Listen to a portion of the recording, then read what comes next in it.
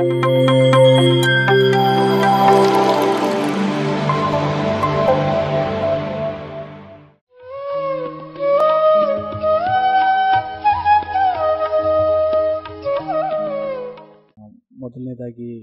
ನನ್ನ ಹೆಸರು ಮಂಜುನಾಥ್ ಅಂತ ಹೇಳ್ಬಿಟ್ಟು, ನಾನು ಮೂಲತಃ ಶಿವಮೊಗ್ಗದಿಂದ ಬಂದಿರೋವಂಥದ್ದು.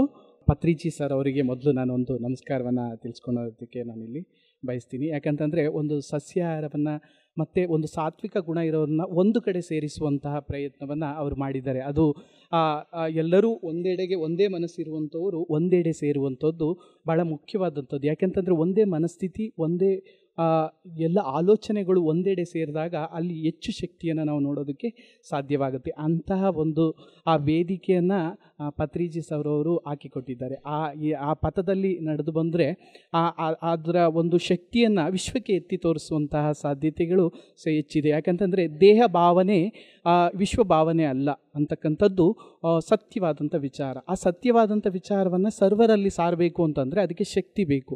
ಆ ಶಕ್ತಿ ಬೇಕು ಅಂತಂದರೆ ಅದಕ್ಕೆ ಪೂರಕವಾದಂಥ ವಾತಾವರಣ ನಿರ್ಮಾಣ ಆಗಬೇಕು. ಆ ನಿರ್ಮಾಣ ಆಗಬೇಕು ಅಂತಂದರೆ ಈ ರೀತಿಯಾದಂಥ ಒಂದು ವೇದಿಕೆ ಅನ್ನತಕ್ಕಂಥದ್ದು ಬೇಕು ಅಂತೇಳ್ಬಿಟ್ಟು, ಆ ವೇದಿಕೆಯಲ್ಲಿ ಆ ಶೂನ್ಯ ಸ್ಥಿತಿಗೆ ತಲುಪುವಂಥದ್ದಾಗಬೇಕು. ಆ ಶೂನ್ಯ ಸ್ಥಿತಿಗೆ ತಲುಪಿದಂಥ ಸಂದರ್ಭದಲ್ಲಿ ಅವರಲ್ಲಿ ಆ ಉತ್ತಮವಾದಂತಹ ಪ್ರಜ್ಞೆ ಅಂತಕ್ಕಂಥದ್ದು ಜಾಗೃತವಾಗ್ತದೆ. ಶೂನ್ಯ ಸ್ಥಿತಿಗೆ ತಲುಪಿ ಪ್ರಜ್ಞಾಸ್ಥಿತಿಯಲ್ಲಿ ಇರುವಂಥ ಸಂದರ್ಭದಲ್ಲಿ ಜಾಗ್ರತೆ ಆಗ್ತದೆ ಅಂತೇಳಿ, ಆ ಜಾಗ್ರತೆ ಆದಾಗ ಮಾತ್ರ ಆ ಮನುಷ್ಯನ ನಿಜವಾದಂತಹ ಒಂದು ಸತ್ಯತೆ ಅಂತಕ್ಕಂಥದ್ದು ನಮಗೆ ಅಲ್ಲಿ ಗೋಚರ ಆಗ್ತದೆ ಅಂತೇಳಿ.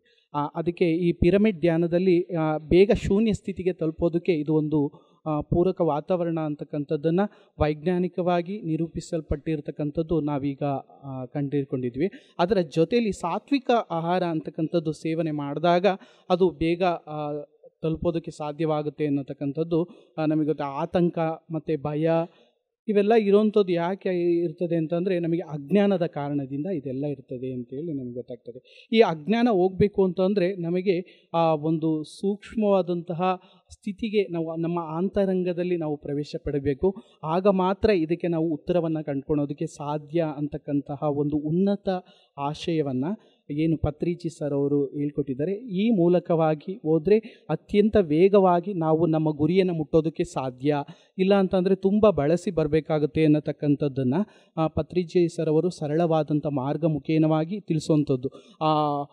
ಆಧ್ಯಾತ್ಮಿಕವಾದಂತಹ ವೈದಿಕ ಧರ್ಮದ ಒಂದು ಕ್ಲಿಷ್ಟತೆಯನ್ನು ಹೋಗಲಾಡಿಸಲು ಬೌದ್ಧ ಧರ್ಮವನ್ನು ಅಂಬೇಡ್ಕರ್ ಅವರು ಯಾವ ರೀತಿಯಾಗಿ ಸ್ವೀಕಾರ ಮಾಡಿದರು ಅಂತಂದರೆ ಅದರಲ್ಲಿರ್ತಕ್ಕಂಥ ಸರಳವಾದಂತಹ ಗುಣಧರ್ಮಗಳನ್ನು ಅವರು ಸ್ವೀಕಾರ ಮಾಡಿ ಅದು ಎಲ್ಲರೂ ಕೂಡ ಪಾಲಿಸಲು ಯೋಗ್ಯವಾದಂಥದ್ದು. ಒಬ್ಬ ಸರ್ವಸಾಮಾನ್ಯನೂ ಕೂಡ ಅಲ್ಲಿ ಪಾಲಿಸಲು ಯೋಗ್ಯವಾದಂಥದ್ದನ್ನು ಉತ್ತಮವಾದಂಥ ವ್ಯಕ್ತಿ ಅದನ್ನು ಸ್ವೀಕಾರ ಮಾಡ್ತಾನೆ. ಅದೇ ರೀತಿ ಇಲ್ಲಿ ಪತ್ರಿಜಿ ಸರ್ ಏನೇನು ಹೇಳ್ತಿದ್ದಾರೆ, ಆಧ್ಯಾತ್ಮಿಕ ಮಾರ್ಗ ಬರಬೇಕು ಅಂತಂದರೆ ಗುರು ಬೇಕು ಅನ್ನತಕ್ಕಂತಹ ಆಶಯ ಇರುವಂಥ ಸಂದರ್ಭದಲ್ಲಿ ಗುರುವಿಲ್ಲದೆ ಶ್ವಾಸವೇ ಗುರು ಅನ್ನತಕ್ಕಂತಹ ಆಶಯವನ್ನು ಇಟ್ಕೊಂಡು ತನ್ನಲ್ಲಿ ತಾನೇ ಧ್ಯಾನವನ್ನು ಮಾಡ್ಕೊಳೋದಕ್ಕೆ ಸಾಧ್ಯ ಅನ್ನತಕ್ಕಂಥದ್ದನ್ನು ಅವರು ತೋರಿಸ್ಕೊಟ್ಟಿರ್ತಕ್ಕಂಥದ್ದು. ಅಕ್ಷರಶಃ ಸತ್ಯವಾದಂಥ ವಿಚಾರವನ್ನು ಕಂಡುಕೊಳ್ಳೋದಕ್ಕೆ ನಮ್ಮಿಂದನೇ ಸಾಧ್ಯ.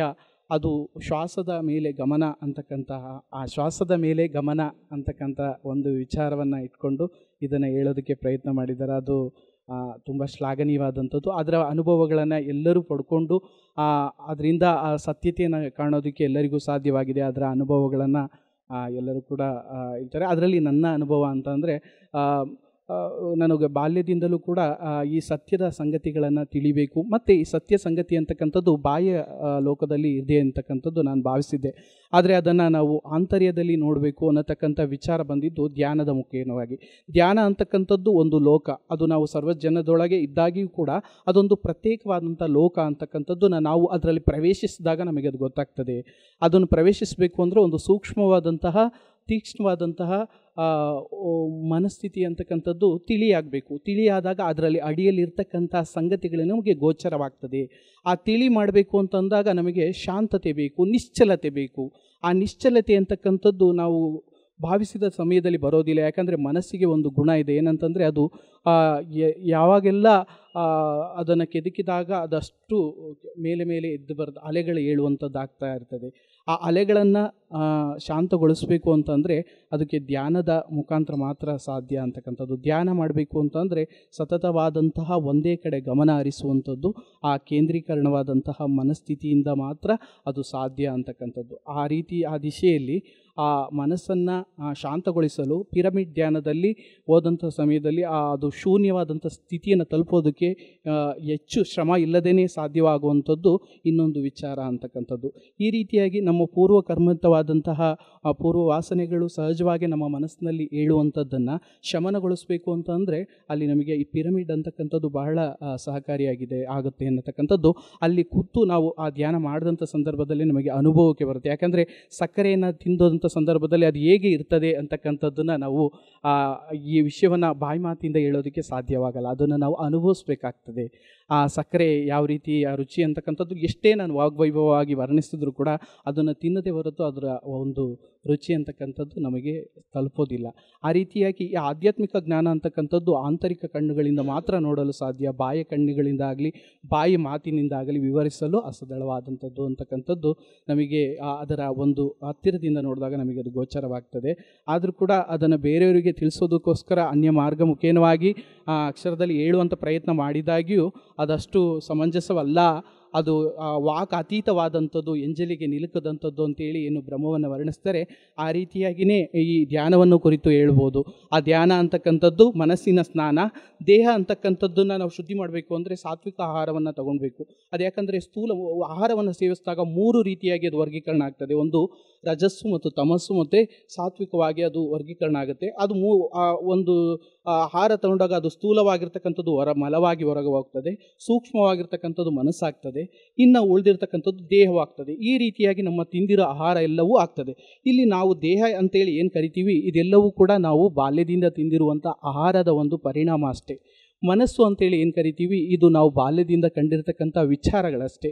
ಇವತ್ತು ನಾವೇನಾಗಿದ್ದೀವೋ ಅದು ನಾವು ಹಿಂದೆ ಇರ್ತಕ್ಕಂಥ ವಿಚಾರದಿಂದ ಇವತ್ತು ನಾವಾಗಿದ್ದೇವೆ.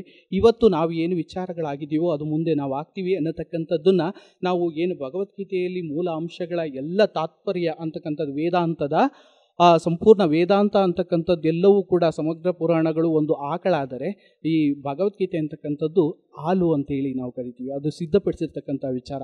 ಆ ಸಿದ್ಧಪಡಿಸಿರ್ತಕ್ಕಂಥ ವಿಚಾರ ತಿಳಿಬೇಕು ಅಂದರೆ ನಾವು ಧ್ಯಾನದ ಮೂಲಕ್ಕೆ ಹೋಗಬೇಕು.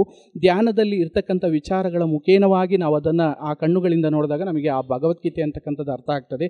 ಸಾತ್ವಿಕ ಗುಣ ಅಂತಕ್ಕಂಥದ್ದು ಏನು, ಸಾತ್ವಿಕ ಆಹಾರಗಳು ಅಂತಂದರೆ ಏನು, ಸಾತ್ವಿಕವಾದಂತಹ ವಿಚಾರಗಳು ಏನು, ಇವೆಲ್ಲವೂ ಮನವರಿಕೆ ಆಗಬೇಕು ಅಂತಂದರೆ ನಾವು ಅದರೊಳಗೆ ನಾವು ನಮ್ಮನ್ನು ತೊಡಗಿಸ್ಕೊಂಡಾಗ ಆ ಧ್ಯಾನದಲ್ಲಿ ನಾವು ಮಗ್ನರಾದಾಗ ಮಾತ್ರ ಇವೆಲ್ಲವೂ ಕೂಡ ನಮಗೆ ಅನುಭವಜನ್ಯವಾಗಿ ದೊರೀತದೆ ಅಂತಕ್ಕಂಥದ್ದು.